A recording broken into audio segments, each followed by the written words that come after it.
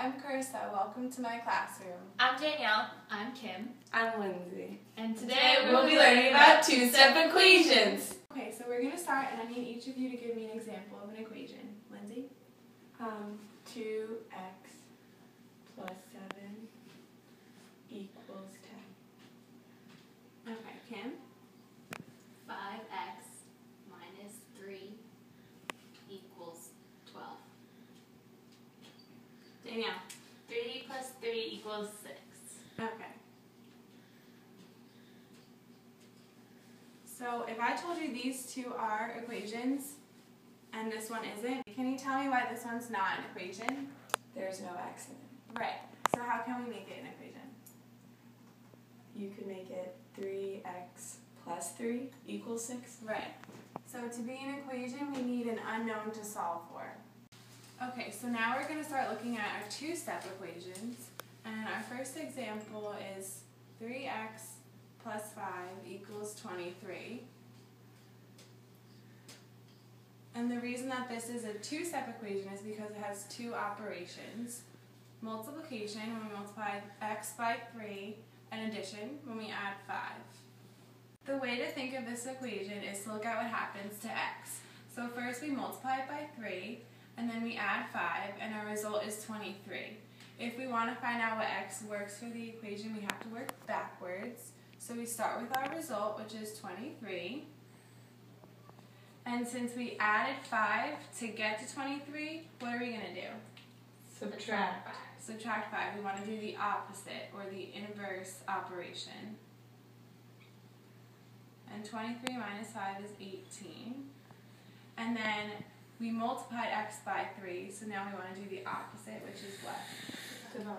Okay, so now we're going to divide 18 by 3, and that gives us 6. So we want to check our work and see if 6 is the correct value for x. So to do that, we're going to multiply 3 by 6 and add 5, and that's 18 plus 5, which is 23. So we got the right answer. Okay, so we're going to do one more example, and I want you guys to explain it to me. So it's 4x minus 2 equals 10.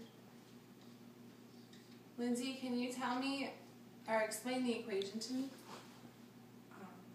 X is being multiplied by 4. Good. And the product of that gets 2 taken away. And that equals 10. Good. So if we want to find out what value of x works for the equation, what do we do? Work backwards. Good. So what are we going to start with? 10. Okay, we're going to start with the result, and then what's our next step? So add 2. Add 2. How come? Because we subtracted it before. Right, so we had 10 as the result, and to get there, we had subtracted 2, so working backwards, we're going to add 2, and that gives us 12. And then what do we want to do next? Kim? Divide by 4. Okay, and how do you know that?